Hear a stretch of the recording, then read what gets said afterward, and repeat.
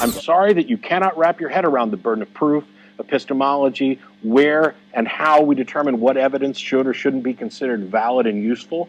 I'm absolutely sorry that you can't do that, but I have no other way to explain it to you, which we've done in email and on 2 or 3 shows now. Once there were 2 men. Each had his own idea. One man told his thought to the other man. Then the other man told his idea to the first man. Now both men knew twice as much. Sami Zaatari, I'm going to try and help you. I'm not going to get in your face. I'm going to try and tell you why I think your video was wrong. Now, you did release it last year, but you've kept it up, and you did sincerely say you wanted to have a dialogue. In your video, you said you wanted, or you expected that atheists should have to provide a piece of evidence or some dramatic claim or train of thought or whatever to disprove God. And it's sort of like one piece of evidence, one claim, one statement. Challenge to any atheist and to all atheists to come up with one argument that can disprove God. Just one that can disprove his existence. I'm going to tell you why this is completely wrong, why you shouldn't have framed your video this way, okay? For 3 reasons. You know, maybe I could be of some assistance. How? Well, you want the one in its place, right? Right. Make it so, number 1.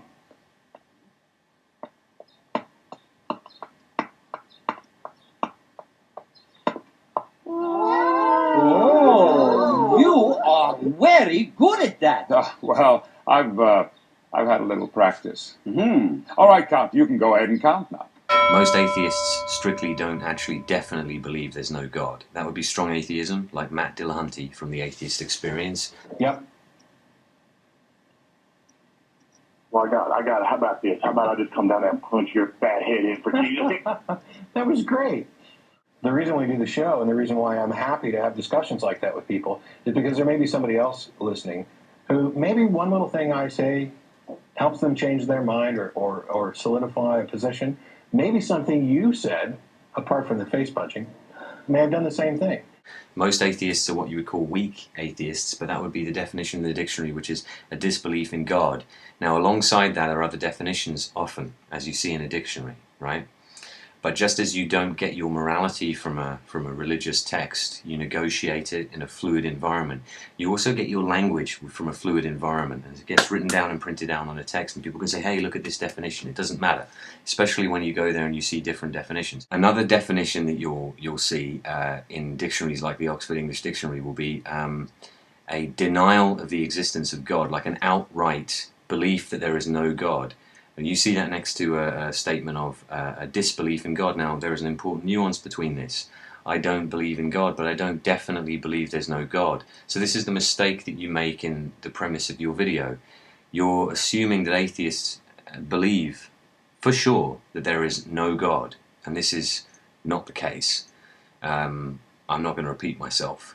Life appears to be a spectacular example of emergence, which is a tendency for order to spontaneously come out of disorder, like the gravitational collapse of interstellar dust clouds to form stars and planets, or the intricate crystal patterns of snowflakes due to the properties of water molecules. Emergence is amazing, but it's not supernatural. But most of them are agnostic, weak atheists, which essentially means they say they don't know and they don't believe. Atheism doesn't tell you anything at all about what you should do. It tells you what it is that you do not believe. I do not believe the claims that gods exist. They don't ascribe to theistic claims. They say they lack a belief in God or gods, in deities in general. It doesn't mean that they definitely believe there's no God, although some of them do, but the overwhelming majority of them don't. And if you look at different definitions in the dictionary, you'll see it encapsulated there, although some of the definitions do take on the strong atheistic definition. This is the first thing that you've got wrong in your video. The second thing you've got wrong. Let us hear it for the wonderful number 2! Yeah! What proof and evidence do you have that atheism is accurate and correct? Didn't I answer this in the email to you that your question is nonsensical because atheism doesn't have a burden of proof? It is the rejection of claims that haven't met their burden of proof. Your question is nonsensical. The burden of proof is not on an atheist. The burden of proof is on the claimant, on the individual making the claim. I claim that there is a pink unicorn in my backyard. Now, I know you've heard this before. I know other people have heard this, and some people don't like it, and they find it patronizing. Right, but so what?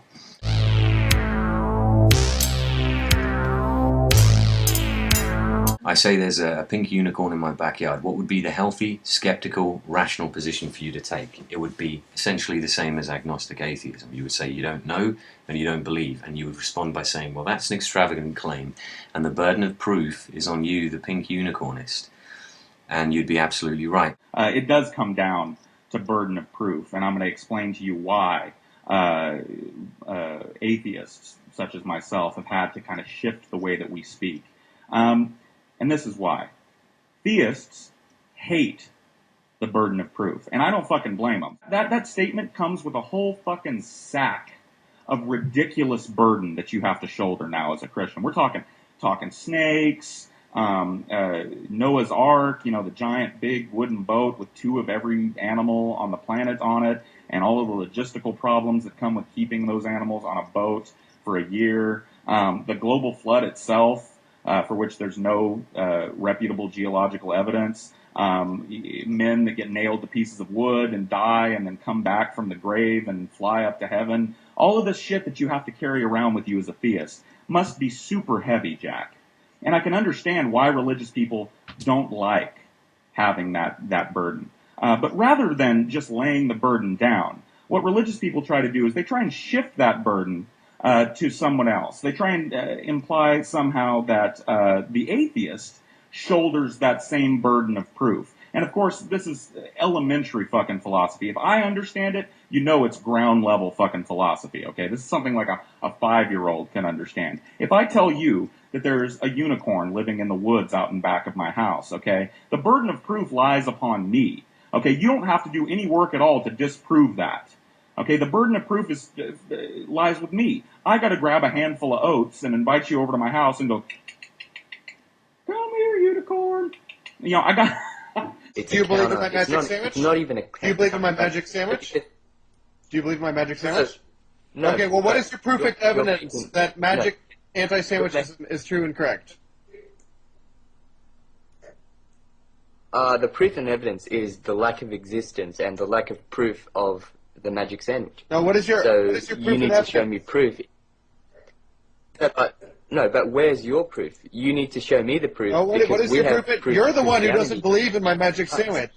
You are the one who does not believe in my magic sandwich. Where is your proof and evidence that not believing in it is correct? I gotta hope the fucking unicorn comes to eat the oats to prove to you, okay? That's where the burden of proof lies. Yeah, but what proof and evidence do you have?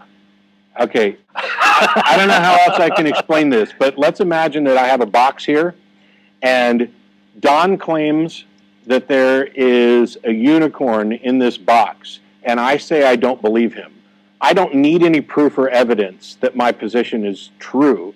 My position is validated by the fact that he hasn't presented any evidence for his claim. And when I open the box and look inside, I don't see this. And so then he tells me that it's an invisible unicorn. And I mentioned it wouldn't fit in this box. And he says, no, it's an invisible miniature unicorn. Well, I don't feel it. Well, it's also intangible. Oh, well, how do you know it's there? Well, because it speaks to me.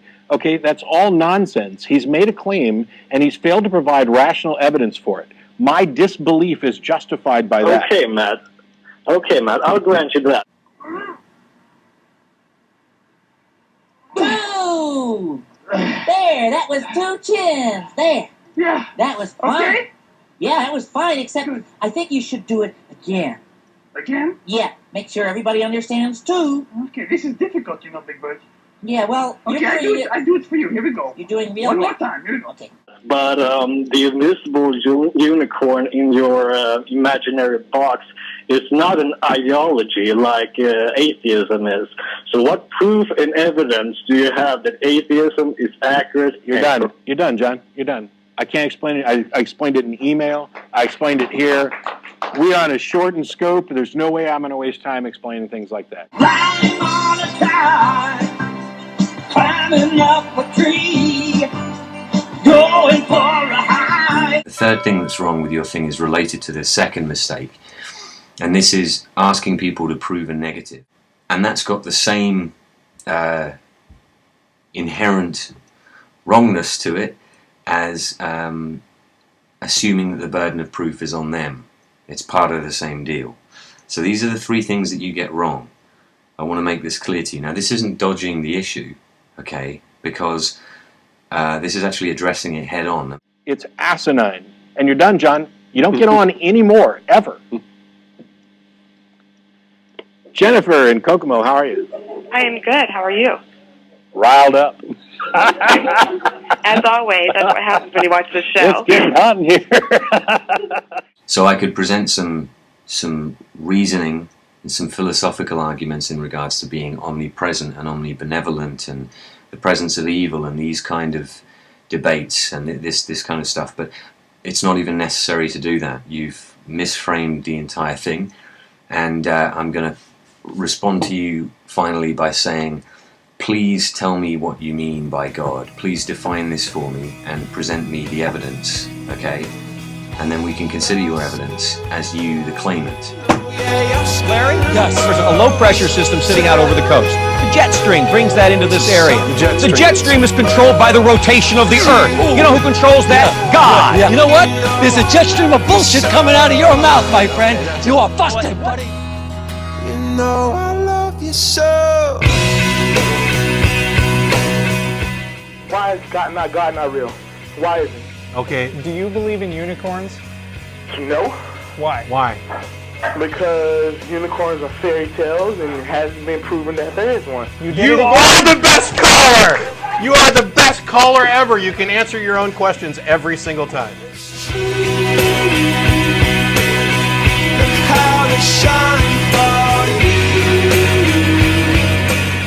Money happens, you know. Well, money happens for you because they're giving it up to you. You're not giving it up to them. So my image of Jesus as a man who championed the poor and walked around in simple garb, that's wrong? It was linen. It was fine linen. Look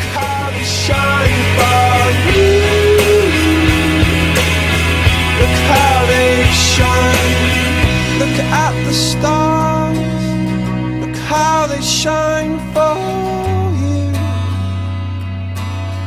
And all the things that you... Well, no, he preached against being rich. No. He said that it's better for a rich man to than rich men to on YouTube, prominent atheists on YouTube saying the most weird things in response to my question, what proof and evidence can you provide that proves atheism is accurate and correct? And I think we would all agree I pretty much proved that atheism is a bunch of crap. And so I'm going to have all the atheists on that playlist as they fail miserably to provide proof and evidence that atheism is accurate and correct. Now, why do I do this? Why do I do it? Well, let me give you a good example of why I do this. And it's a true story what happened. We did it. We have proven atheism is a bunch of crap.